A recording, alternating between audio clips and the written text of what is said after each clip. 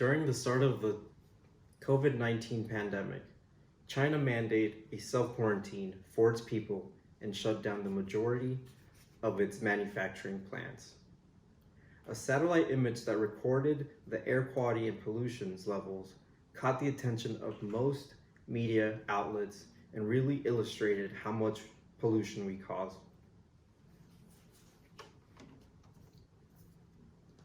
This image shows the before-after results of the self-quarantine.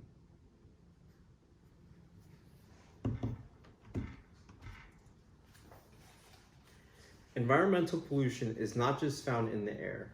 There's also contaminants in water and the soil. Some of these pollutants, such as carbon monoxide, can have long-lasting health effects and health risks, and can even cause death. Most often than not, we take things such as clean air to breathe and clean water for granted and don't see the value in it. Pollutants such as carbon monoxide and carbon dioxide are produced by the vehicles we drive. These two gases would not have significant effect to our air quality, but in the quantities that we currently produce them, they pose a great health risk to our lungs.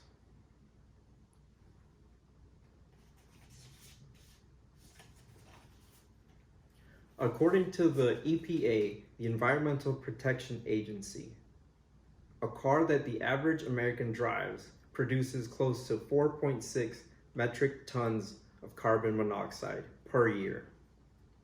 This number, multiplied by millions of drivers in the world, creates a very toxic atmosphere.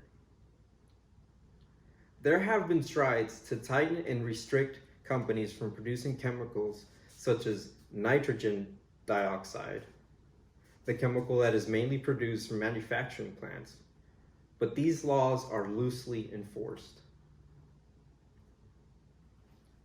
As we evolve and get more technologically advanced as a society, more pollution ends up in our environment.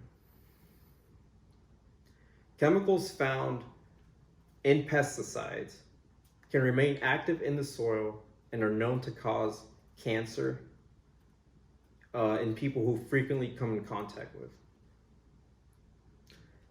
In 2014, the city of Flint, Michigan suffered a water pollution crisis that led many of its residents to lack the vital water they needed.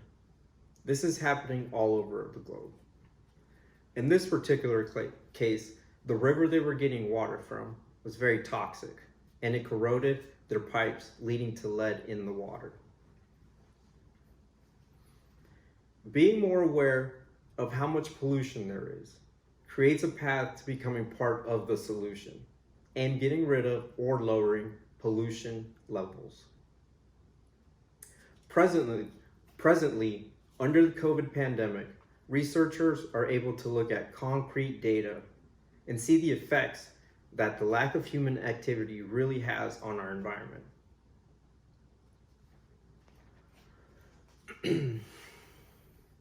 Although a solution for getting rid of the pollution in the atmosphere can be simple, such as not driving your car, it really isn't feasible for some American families. However, with better automotive technology, vehicles are now able to get better fuel efficiency, creating less greenhouse gases.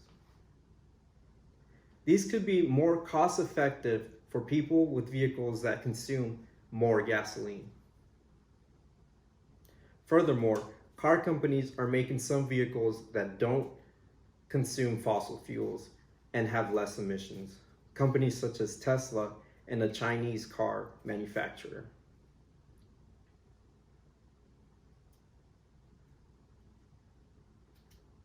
As a consequence of more funding allocated to the EPA, there can be more personnel that can be hired, and thus they can be vital for policing companies that provide companies that are harsher with penalties to the manufacturing plants. Lastly, and one of the most important ways, is electing officials that take environmental pollution and the health of people as a priority. Could be the first step in making in reducing the pollution that makes us sick.